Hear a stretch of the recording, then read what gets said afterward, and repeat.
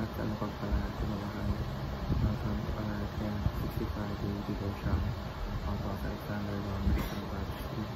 At ang topic ng tatalakay natin ngayon ay the second class Christian's law.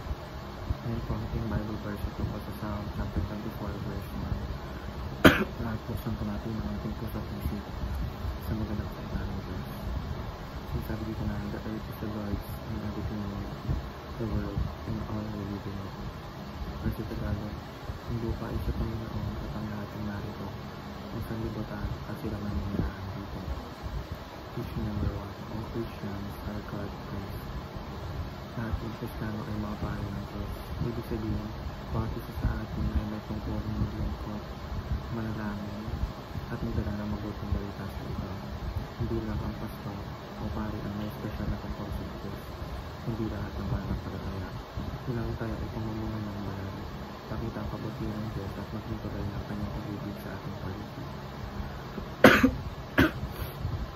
Teaching number 2, all vocations are God's calling. Lahat ng professional gawain ng isang pagtawag mula sa Diyos. Ang trabaho mo, maging guro, estudyante, manggagawa o magulang ay paraan para maglingkod sa Diyos. Walang magabang trabaho, ang ginagawa ay palang katapatan at magaling magbigay karangalan sa Kanya. Sa pananaw ng Diyos, ang bawat gawain na ginagawa ng puso ay isang uri ng pagsamba. Teaching number 3, all of life for God's glory. Ang buong buhay ay dapat iaral para sa kalwalhatian ng Diyos.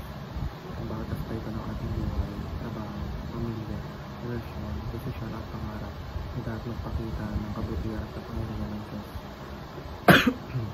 Ibig sabihin, hindi lang sa simbahan tayo dapat magpakabalan, kundi pati sa araw-araw ng buhay natin. Lahat ang ginagawa natin ay dapat sumasaluyo sa kanyang kadakilaan. Application number 1, treat your workplaces as sanctuaries. Turing mong banal ang iyong pagkakatrabaho o lugar ng gawain. Sarilitin niyo ang trabaho bilang simpleng responsibilidad. Isipin na ito ay lugar kung saan mo pinapakita na yung maraming para tayo. Maging tapat, masipag at mabuting yung halimbawa sa iba. Sa ganitong paraan, maging daluyan ka ng presensya ng Diyos sa aming paligid. Application number 2, offer your best to God at all times. Ibigay mo ang pinakamabuti sa Diyos sa lahat ng oras. Kahit maliit na bagay, gawin mo ito na parang para sa Diyos mismo. Kapag nag-aaral, sa trabaho at itungtong sa iba, gawin ito ng buong puso at ng paggawa sa Kanya. Application number 2, pray on behalf of your family and friends. Ipanalangin mo ngayong pamilya at mga kaibigan bilang mga pari ng Diyos, magtungkol ka na lang hindi lamang para sa sarili, kundi para sa iba rin.